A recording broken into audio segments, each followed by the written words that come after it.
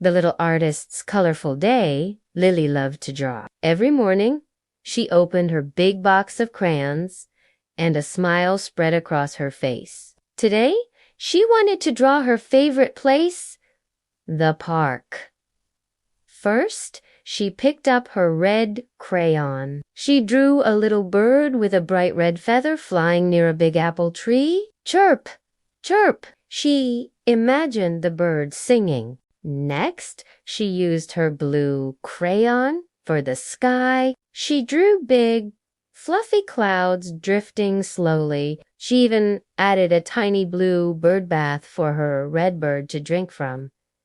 Then came the yellow crayon. Lily drew a big, happy sun shining down on everything. Its rays stretched out like warm hugs across her paper. To make the grass, she grabbed her green crayon. She made long, wavy lines for the soft grass where squirrels played. She even drew a small green frog peeking out from behind a leaf. Lily loved oranges, so she used her orange crayon to draw a juicy orange fruit hanging from a tree. It looked so sweet, she almost wanted to eat it. For the pretty flowers, she chose her purple crayon. She drew delicate purple blossoms all around the park, making it look magical. Her favorite color was pink, so she drew a little girl with a pink dress playing on a swing. The swing went high into the blue sky.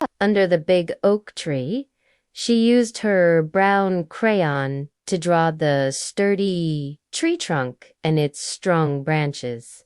She even drew a brown squirrel bearing an acorn. As the day in her drawing ended, she used her white crayon to make little stars twinkle in the dark, black sky. It was a beautiful night scene.